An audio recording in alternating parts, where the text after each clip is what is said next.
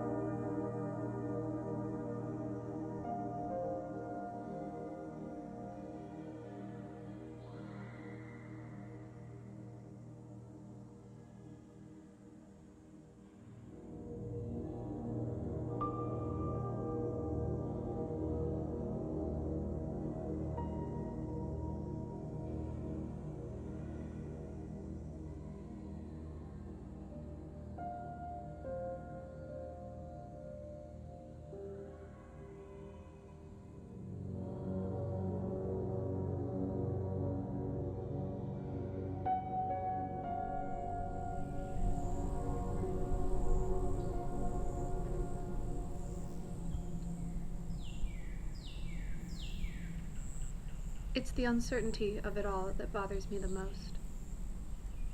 It's the not knowing how long it will all last. Time doesn't really seem to exist anymore. I'm either awake or asleep. It is either night or day. Everything that lies between blends together. How do you plan when you don't know the future? I'm not alone, and yet most everything feels lonely. I'm not ill, and yet everything feels sickening. I sleep plenty, and yet I'm so tired. I work, and yet I feel stuck. You don't know what you have until it's gone.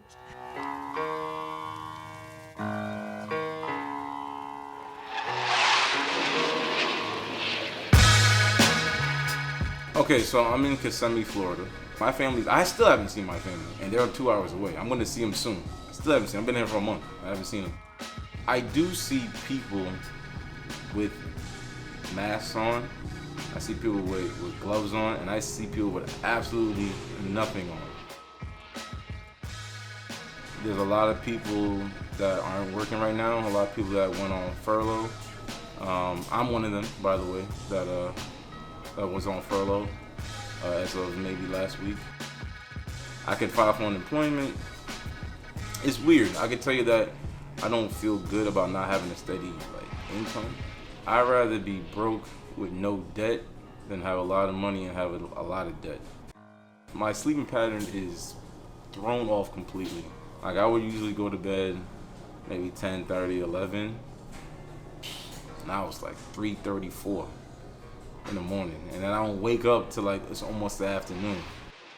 It's tough, doing the same thing or the same, I won't say boring thing, but it's tough not able to go outside and hang out with your friend or even go to work or even go to school. It's like you're just stuck in the house, and it's not a bad situation because it could be worse out there, but it's like, man, I can't wait to actually go back out there.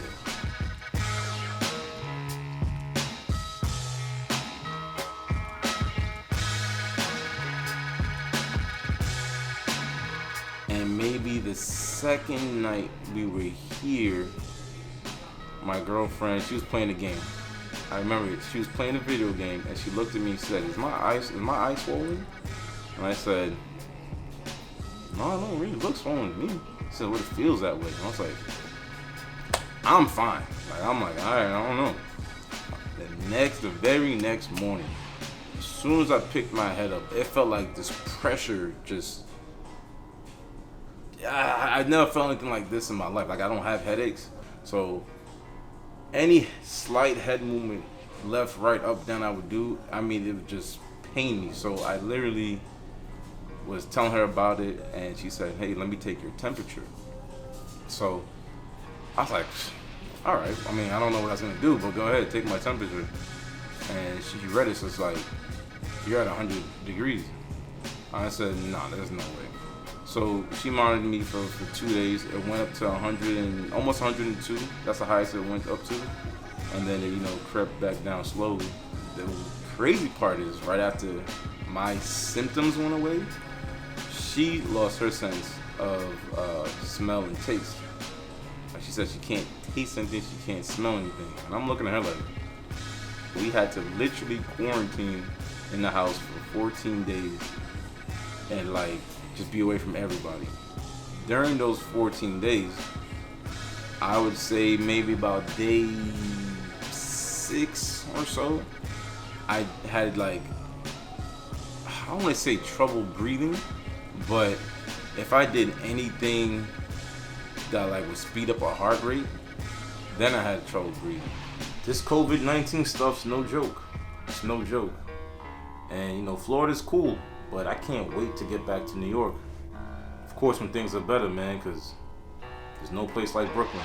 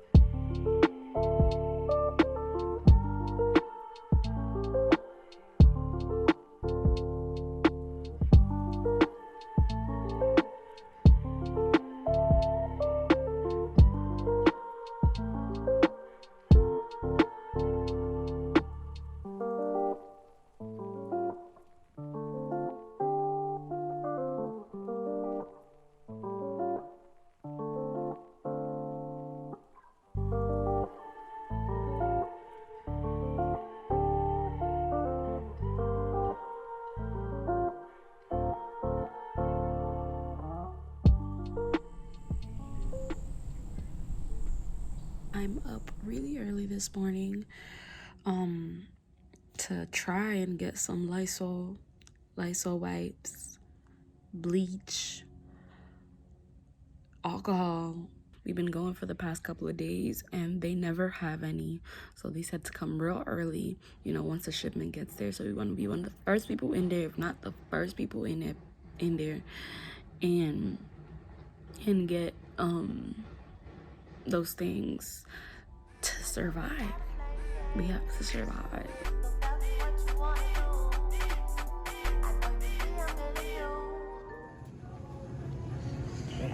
Fuck.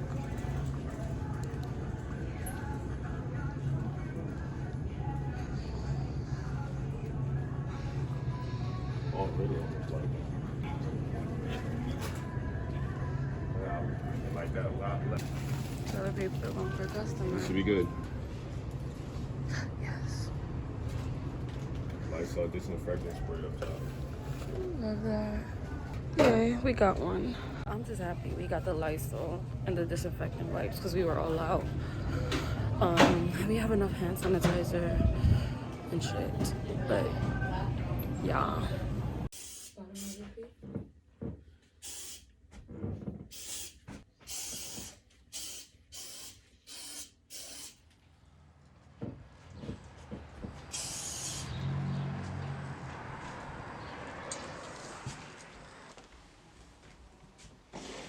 Yo, man, there's a lot of brothers out there flaking and perpetrating, but scared to kick reality. Man, you've been doing all this dope producing. You ain't had a chance to show them what time it is. So what you want me to do? I'm expressing with my full capabilities, and now I'm living in correctional facilities. Cause some don't agree with how I do this. I get straight and meditate like a Buddhist. I'm dropping flavor, my behavior is hereditary, but my technique is very necessary. Blame it on Ice Cube, because he said it gets funky when you got a subject and a predicate. Add it on a dope beat, and it'll make you think. Some suckers just tickle me pink to my stomach, cause they don't flow like this one. You know what? I won't hesitate to diss one or two before I'm through, so don't try to sing this. Some drop science, well I'm dropping English, even if Yella makes it a cappella. I still express, yo, I don't smoke weed or cess, cause it's known to give a brother brain damage, and brain damage on the mic don't manage nothing but making a sucker and you equal. Don't be another sequel. Spread yourself.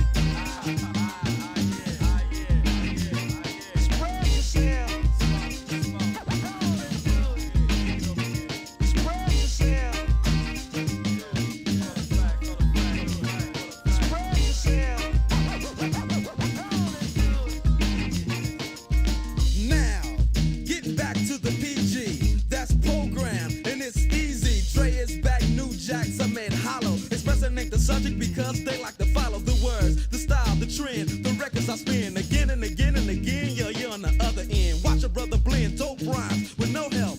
There's no fussing or guessing while I'm expressing myself. It's crazy to see people be what society wants them to be, but not me.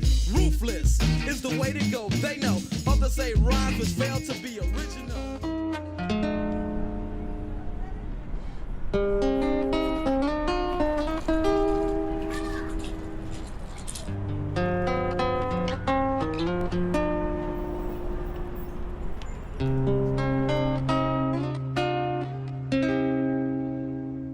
At first, things were okay, even though my dad was laid off from his job.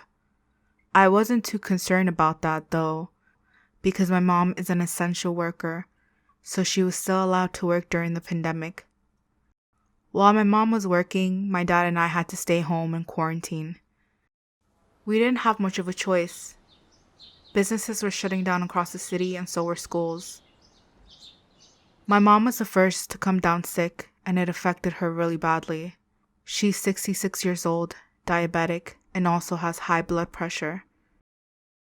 Anyone who knows my mom would say she's a hardworking woman despite her age. She rarely likes to be home because a small apartment makes her feel suffocated. So when I saw her lying down and saying that she didn't want to go into work the next day, it was really unusual. That night, she experienced a high fever, a dry cough, and she looked completely out of it. At that point, we decided to call 311 and speak to an operator who would be able to give us more information about the symptoms of COVID-19.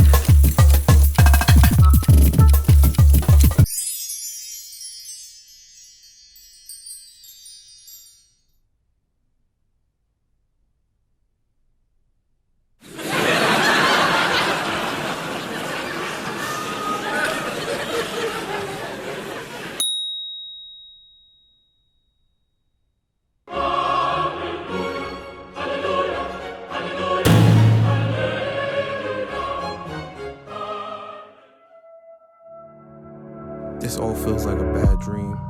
You know, one of those bad dreams where you just can't wake up and you're trapped, all sad, by yourself, alone. Seems like there's no one to talk to. There's no one to hold, there's no one to love. As if you're trapped in your own mind, going insane, going to dark places. It's one of those dreams. But not all dreams are bad.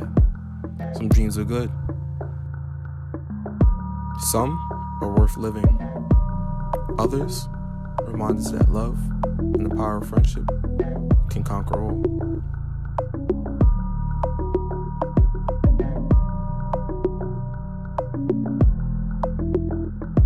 So, just remember that even though we have bad dreams, at the end of the day, when we wake up, everything will always be better.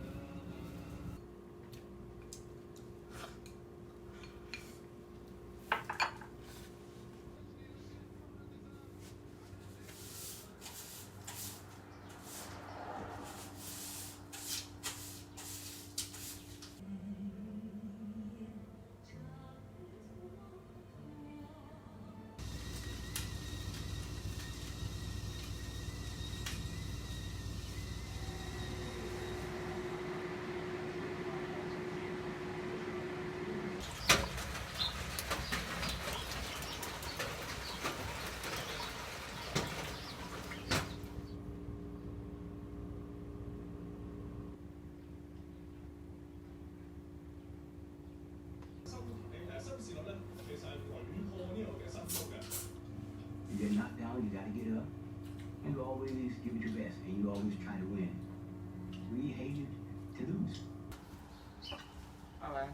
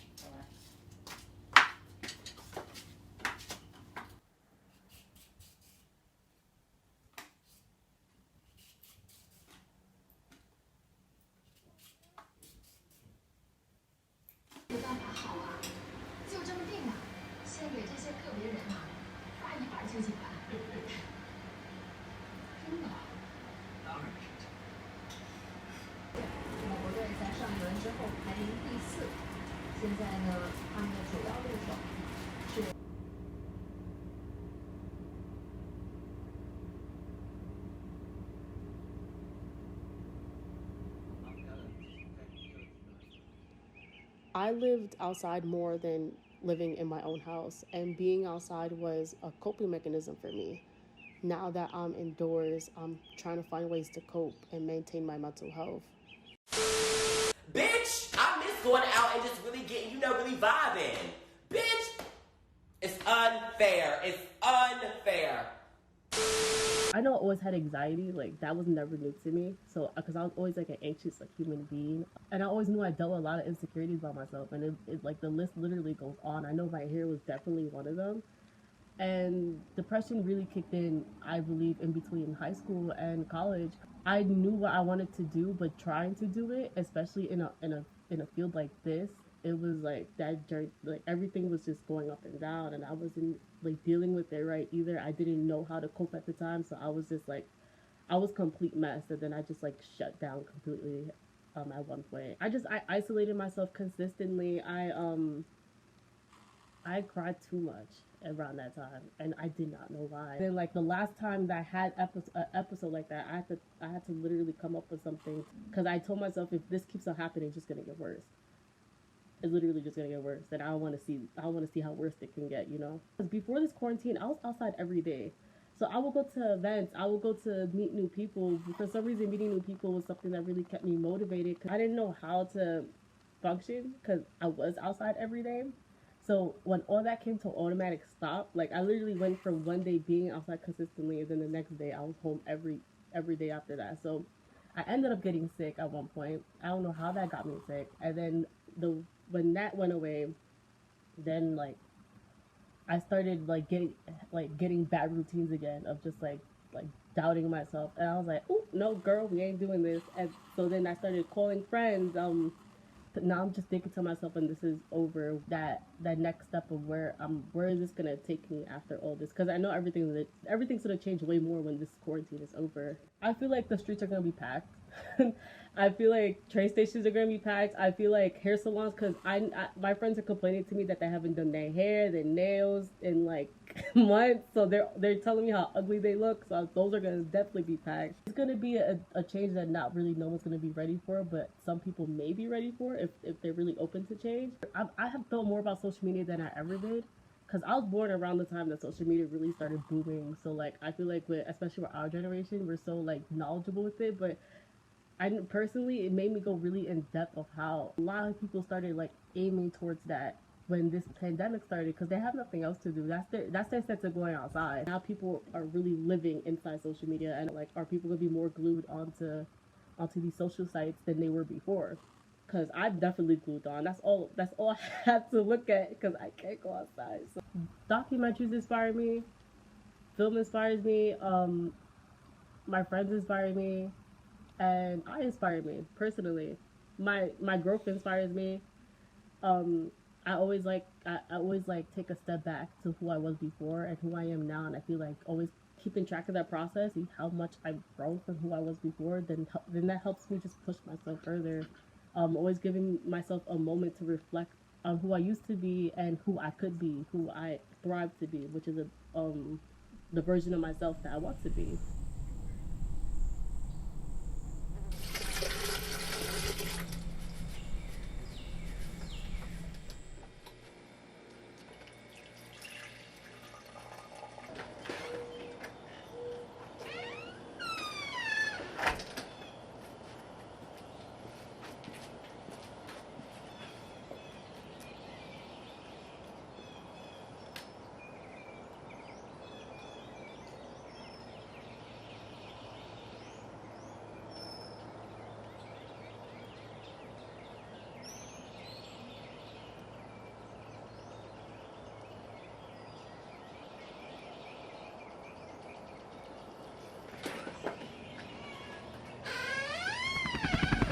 Every day I wake up, I feel like we're in this movie still. Like it's still like an episode, another episode of what's gonna happen today. Because especially because you see how many deaths were happening before. Like it was steadily increasing. Like, and then now we're like on a flat curve because we've been social distancing. But like hearing the stories of what's been going on, it almost didn't feel real at first, because it's like we're actually living in it. I think that the ironic part of it is that we feel things are real when we're watching it on film, and then when we're actually living it, it doesn't feel like we're in that real world for some reason. It just feels like we're dreaming right now. I do feel like this is a moment in time in history. Like, this will definitely be a movie one day, you know, like this will definitely be on like future textbooks and future tests for like our future kids, you know. Like, I just think of like how like this will take such a big turn like in our timeline. I think my main fear with this, with the outbreak going on right now, is that like how long it's gonna last. We have till May 15th till we're done with lockdown, but like, is the disease really gone by that time, you know? Because then there's theories that it could be 2 years that could last and stuff, and that's my biggest fear, is that it will last too long where we're inside and we cannot like break out of it. I guess that's the main fear a lot of people are feeling, is that how long is it really going to take? Because I don't think it's going to stop by May. I feel like it takes a long time for a disease to really go away, especially if there's no vaccine for it, you know? We all fear like our relatives ever getting it. We always want to just prevent that. So I've learned to be more grateful about everything that goes on, especially in a situation like this, because we're home, where we have a time, the world has a time to relax for a second. We're used to moving in a fast pace with less sleep and like constantly like just working on what's the next thing we have to do, the next project we have to do, you know. But now we have time to really like record what's going on. I recently did a photo shoot when I was in Brooklyn, just taking like photos of like people like in this time right now. Like, I recorded it. I took like photos of like people at the grocery stores, how everyone's kind of like separated from each other because they're 6 feet apart. Or I got like just how everything's kind of lonely in the streets. Like, capturing like how empty the streets are is kind of like the idea of that feeling that we're in like a movie. Like, it's like a sci-fi of how like things are empty in the streets, like it's like in a post-apocalyptic world. It's in a way like a part of a film to me. Like, if you just capture like snapshots of everything, it still records something. It still has a meaning in just one image, you know. So I captured that to like show like that there's a part of history we'll never forget, and I have it like to show for the future generation to see.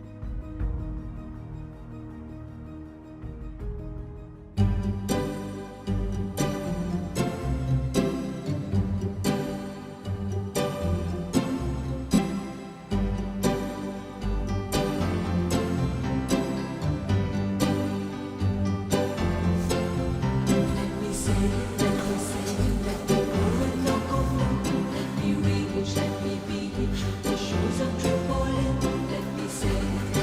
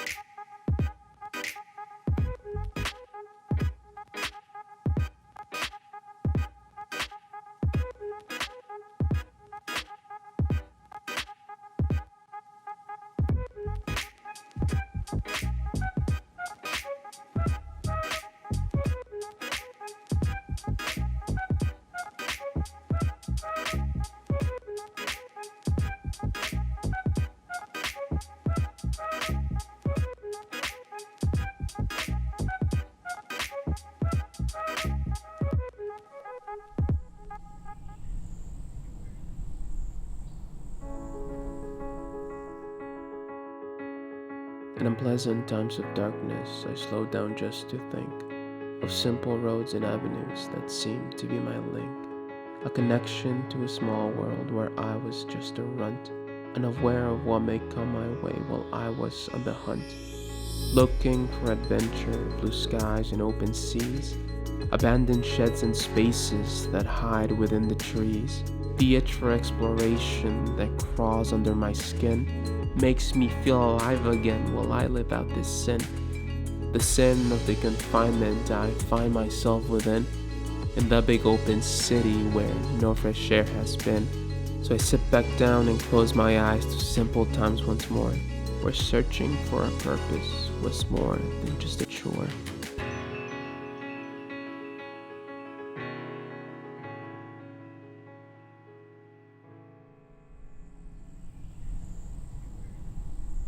Oh yeah, absolutely not. We never saw this coming. It absolutely I'm speechless because there's nothing more to say. It's like this is the best example. This quarantine is the best example of how life is 100% unpredictable. And we can pretend all we want. We can be like the weathermans of life and be like, oh, this is definitely how things are going to turn out. And then boom, we'll get hit by these things that no one ever could have saw coming, ever. That's life. I think it's really crazy how everyone is going through this exact same quarantine, no matter their class. Like you'll see people who are like the Saturday Night Live people. You'll see like the late night show hosts are all doing this stuff from home. So that's the kind of interesting thing about it for me, is that we see all these people, everybody, no matter if you're high or low, everyone's in this same situation. And that's kind of interesting. I've never seen anything like that before. So it's cool seeing everyone in the world kind of doing the exact same quarantine. Sometimes it's completely easy for me to stay inside, and I have things that I like to do indoors. There's things that I've always liked to do. I like to play games. I like to call friends anyway, which is funny because that's kind of how all the communication is these days. Like 70% of the time, I'm kind of cool with it. I can like make do. I obviously don't prefer being in quarantine, but I can like make do with my time and not be too upset about it. But then there's the 30% of the time where I'm a little bit anxious or upset that I can't literally just go to the store to grab something that I need without like standing in this crazy line or worrying about my health. So it is annoying, but I think I'm dealing with it better than a lot of people. Nope,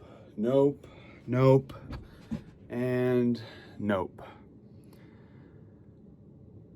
I'm not gonna lie to your face and pretend like everything's okay when things aren't.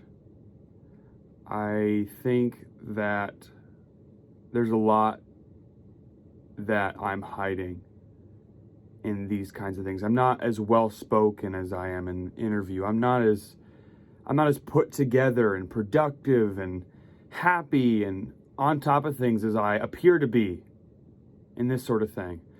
And I just want to put it out there that I think that's okay. These documentaries are promoting positivity and making the best out of a very dark situation. And while I think that's a very good thing, we also have to consider that there's a silent darkness to positivity, and it's this suggestion that we're being positive and you should be too. And that translates to it's not okay to be struggling, or it's not okay to be negative, at least for me. So I just want to put it out there that despite how it may seem, despite how put together, cleaned up, on top of things I may seem, or anyone seems any of these things, struggling is happening behind the surface for, I would say, basically everybody. Everyone is struggling. That is okay. If you are struggling, which you would undoubtedly are through these awful times, that is okay.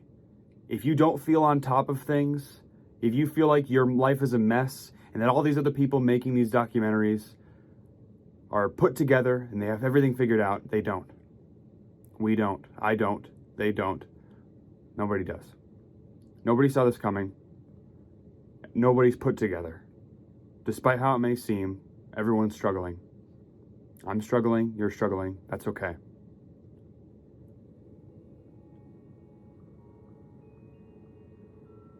Thank you.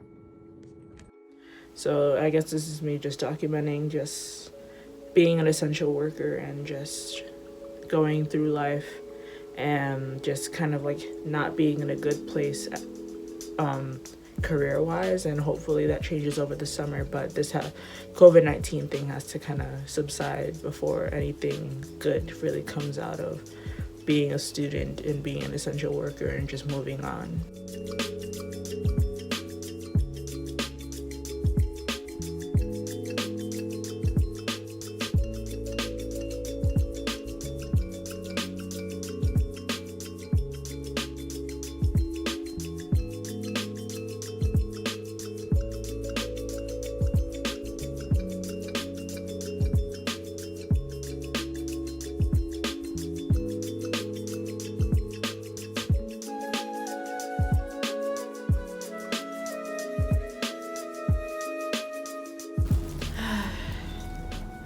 Can't sometimes, it's just so stressful. Alright, here's my apartment. Well, my dorm. Alright, so in part I made the executive decision to take a week to be in Albany a little bit, and then I asked my dad already to help me try to move out of my dorm, and so I can possibly stay in Albany until all this blows over. It's very highly congested right now and I am pretty worried, but I did have a long conversation with my mom and I feel like home is probably the best thing for me right now. Alright, so I don't know if you can hear me, but I'm on the train on my way to Albany.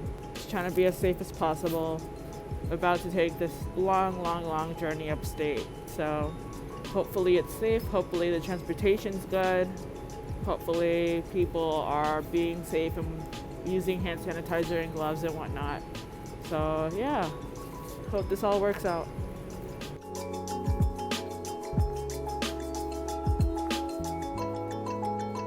At Port Authority.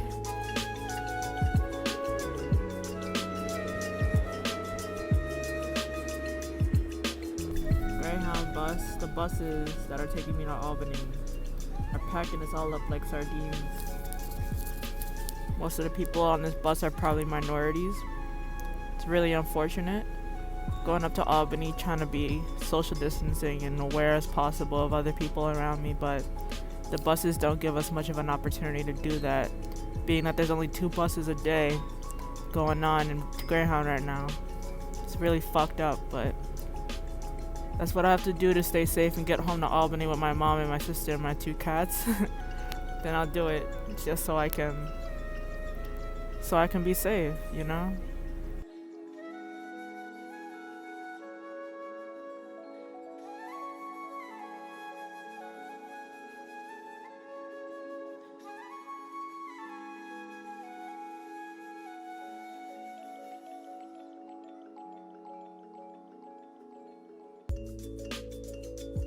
My Albany house right here.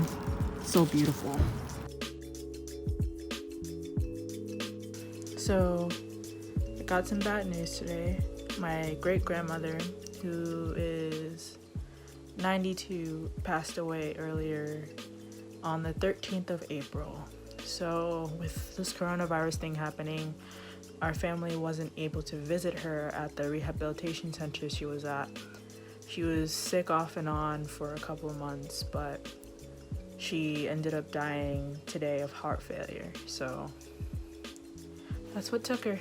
It's rough, but yeah, the funeral isn't scheduled yet, but we're predicting that it'll be within the next few weeks, and only 10 family members are allowed to be in the building at the service. So it's just crazy right now.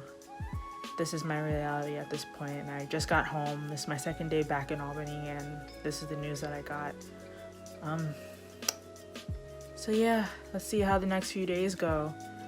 I'm just really disappointed that I wasn't able to be with her during her last days. Last time I was able to see her was about a month and a half ago, and she was in the hospital. So after coronavirus hit, I wasn't able to see her at all. But let's see how some things go, you know. Be sure to tell your family members that you love them.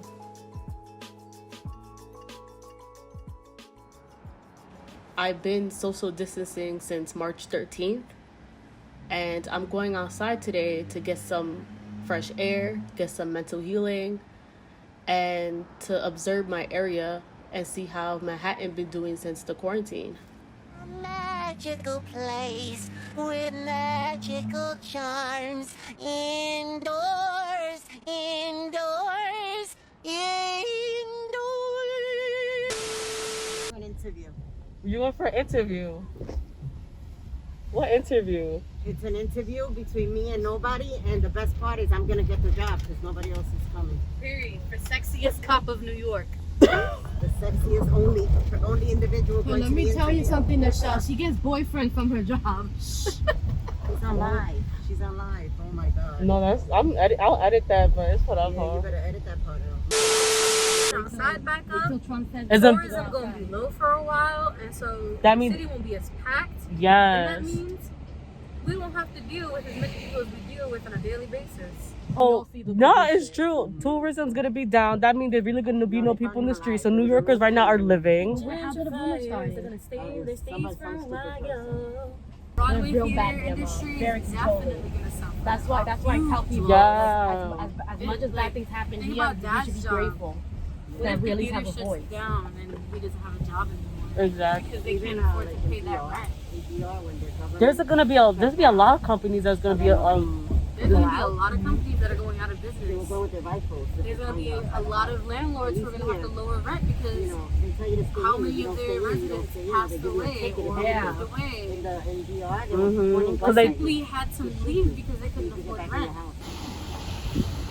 since this shit started, they've been more creeps outside. That's a fact. I Way go more outside, creeps. DD, and I get catcalled at least 5 times. There's always been creeps. You never see them because there's so many people. Now you see the creeps because the creeps are scared. Right. They said, fuck it, I'm gonna get sick. They don't care. And I'm like, well, I don't want to get sick, first of all. Second of all, I will cut you. I think it's a joke. And then you're not taking care of yourself when you're sick. Like, you got no Vaporru? You haven't been out, right? I go outside for grocery shopping and then I go home. But when Well, I come once a home, week or? like it's like once a week. But when I get home, I take off all my clothes, wash my hands, take a shower, put the clothes in the laundry. The good thing where I live is you can walk around because there's no people. I've never been able to, like, this is the block that I got a panic attack because there was too many fucking people. We never in Times Square. Ever. Go there. I come in this area. I know this is gonna continue for a year, but if they do let us out in May, then I think they're gonna keep us in the house for a year, but I think that in May we will be able to go outside, but they're still gonna keep the rules. That's what we're saying. Oh, Right. okay. like we're gonna. But even if they don't necessarily enforce it, you should still practice it because it's like just because we're able to go outside doesn't mean that you still won't be able to get the virus. It could still happen. Right. Even if it doesn't affect you, it could affect somebody else. It could affect your family member, your neighbor.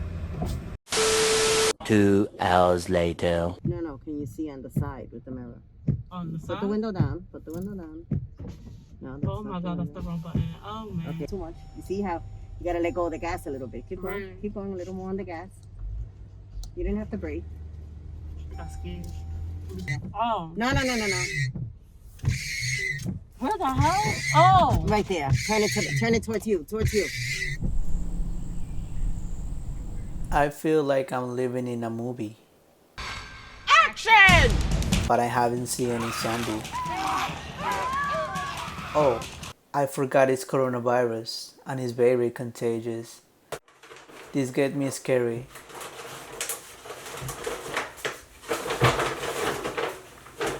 But it's nothing to worry. Wash your hands, wash your hands. Water. It's so easy, why nobody understands. Need. Just get the temperature right.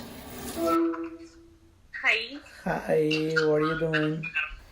Friend, let's go to Miami. The Flights are cheaper. It's coronavirus time. So? No.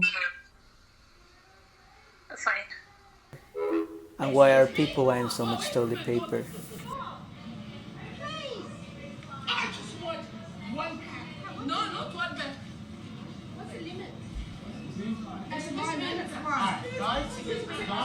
I need everyone to back off right now. Coronavirus continues to spread across the country. Let's begin with the latest numbers.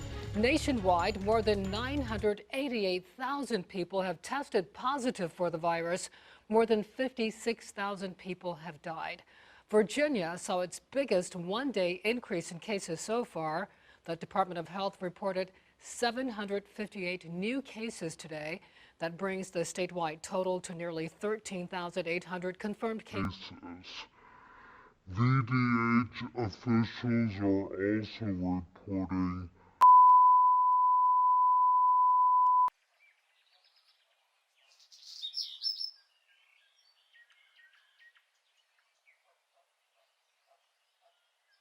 I've been going through a lot of emotions lately. Just feeling like I don't know, like I shouldn't feel sad. I shouldn't feel bad about what's happening. And so I've just been like, when I'm asked, what's going on, I brush it off with a joke or just say that I'm okay. And that, I just kind of just say that I'm okay. Because I feel that I shouldn't feel bad because, there's people that have it worse, of course. There's nurses and doctors and essential workers who are going out every day and saving lives and putting their lives in danger. So why should I complain? Before the coronavirus happened, school was going pretty well. I was in 4 classes and I was just doing what I do, just trying to pass, whatever. But it was a big part of most of my days. Then I would go to the gym. I had just started going to the gym in November of 2019 and it was going really well. I was starting to see some changes in my body. I was really feeling myself. And then also the my job, which I had just gotten it. It was a pizza shop called Roland's, and I was on my 2nd day of training when they told us not to come. Last summer, I made huge strides. I was doing so well, and I was just so happy. I was confident in myself. I was confident when I spoke. I thought I looked good. The beginning of this, I didn't feel like I was regressing.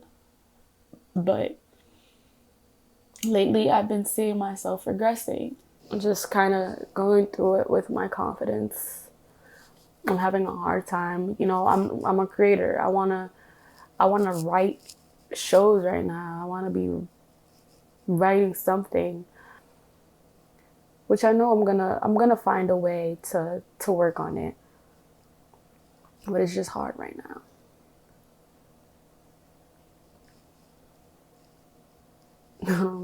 I don't know what to do.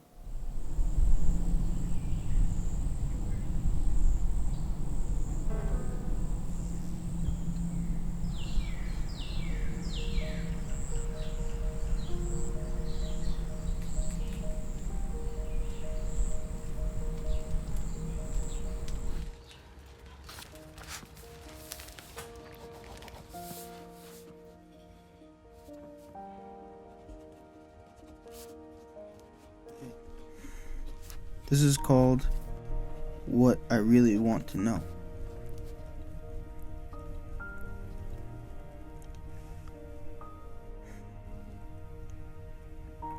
I want to know, what type of man will I be? I want to know who'll always stand by me. I want to know if I'll ever feel normal again. What I really want to know is, who am I? Who am I now, and who will I become? Is it a person that I'll be proud of, or a man whose world will become undone? Are the choices that I made right, or are they all wrong? In the end, all I can hope for is to get to know the man that I wish to become. Will he be strong? Strong enough to handle anything the world will throw at him? Will he be wise? Wise enough to handle any problem that'll come his way? Will he be righteous and always do the right thing, no matter the consequence? Or will he be none of those things? What is a real man? Is a man always strong? Can he never show weakness? Is a real man without fault? Does he never make mistakes? Does he always have to do the right thing? How can you do the right thing if you don't know what the right thing is? If we aren't allowed to make mistakes, how do we become better? How do we learn if we never fail? What I want to know is, how do I become great? What I want to know is, how do I become loved? What I want to know is, how do I become happy? I want to know many, many things. In the end, I'll settle for becoming a better person. A person who will make many mistakes, but a person who will own up to all of those mistakes. In the end, what I really hope for is to be a better man tomorrow than the man I am today. Or rather, I hope I can become a better person tomorrow than the person I am today.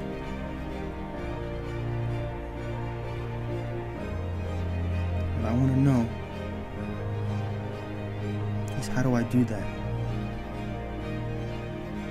And can I do that?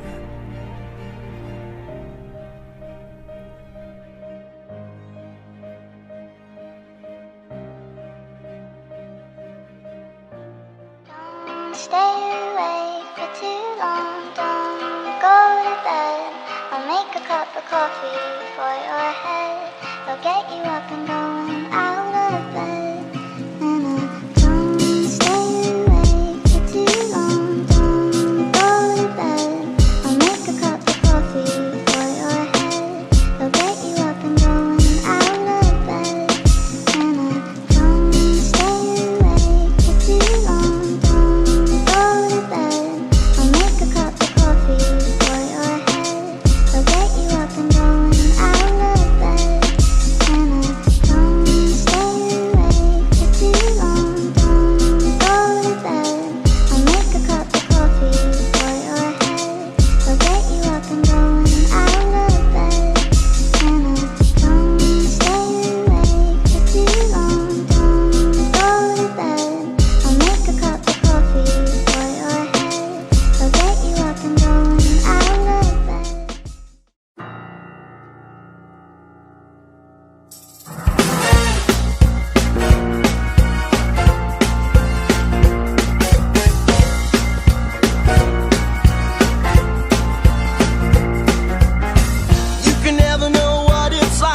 Your blood like a winter freezes just like ice, and there's a cold, lonely light that shines from you. You wind up like the wreck you hide behind that mask you use. And did you think this fool could never win? Well, look at me, I'm coming back again. I got a taste of love in a simple way, and if you need to know while I'm still standing, you just fade away. Don't you know I'm still standing better than I ever did, looking like a true survivor, feeling like a little kid. And I'm still standing after all this time, picking up the pieces of my life without you on my mind. I'm still standing, yeah.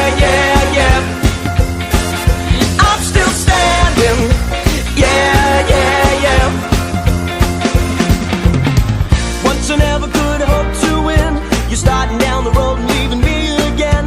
The threats you made were meant to cut me down, and if our love was just a circus,